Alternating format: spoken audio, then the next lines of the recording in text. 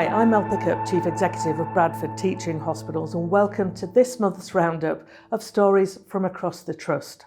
We began the month with a look at our people, hearing about the Trust's successful apprenticeship scheme.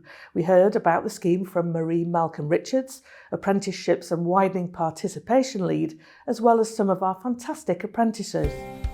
An apprentice can either learn, they obtain a recognised and accredited qualification, and it's all free, which is fantastic. As an apprentice, you will expand your skill set, benefiting from hands-on experience, which is high quality training, and that can help a person to develop and progress in their career. I just wanted to be pushed a little bit more, learn new skills and develop within my career, and I'm absolutely loving it. I think an apprenticeship's one of the best routes, just because you kind of get in the best of both worlds. I was 33 when I joined the Trust as an apprentice. At first the word apprentice really stood out because you always associate it with young people. But when I looked more into the role and I realised there was no barrier whatsoever to me doing it, and I realised it was a brilliant opportunity to change career into something I'd always wanted to do without having to worry about money, without having to worry about funding. It was all there for me, and I have a really good work-life balance because of it.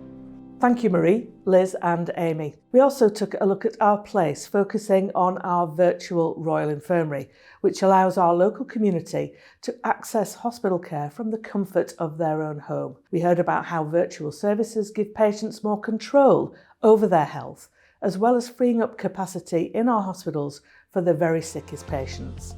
A great example of our use of VRI services is the Metabolic Kidney Stone Clinic. There's an ability through VRI for myself and a urologist together to see patients in their own homes. Those patients have already had scans, images of their kidneys, they've had some monitoring of their urine tests and blood pressures, etc. at home, and that can be shared virtually in the clinic that we run together. How have you been since the last appointment? I'm well, thanks. I have a very rare type of kidney stone called cystinuria, and it can grow fairly quickly. Trying to find some time to attend a hospital or move appointments around can be difficult because sometimes you need to allow yourself 2 hours to get to an appointment and then get back home. I've been able to access virtual appointments on a regular basis, and ever since I got this condition, it's just a lot more efficient.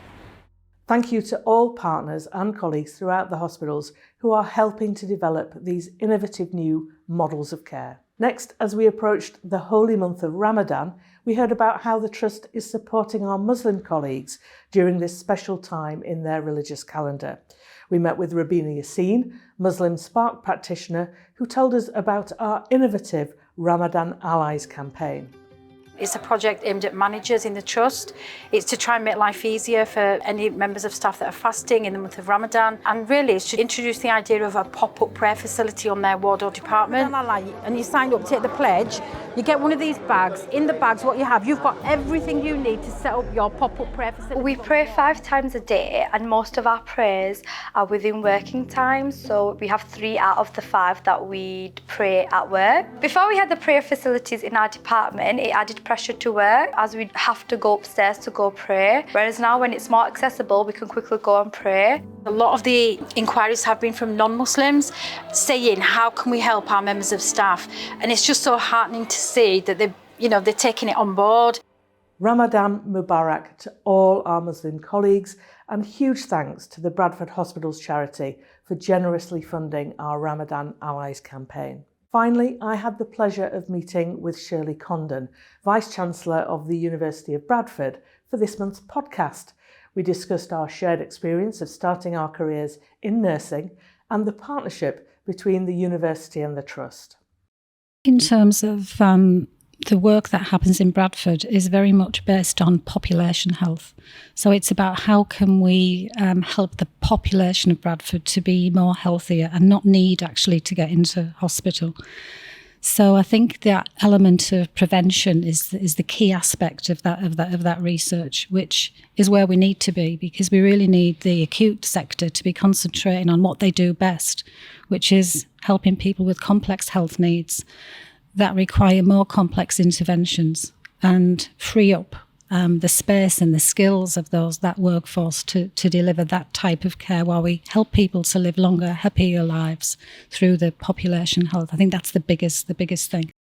Well, that's it for this month's update. I look forward to sharing more stories from the Trust with you in April. Don't forget, all our latest news and updates can be found on our social media channels, Twitter, LinkedIn and Facebook.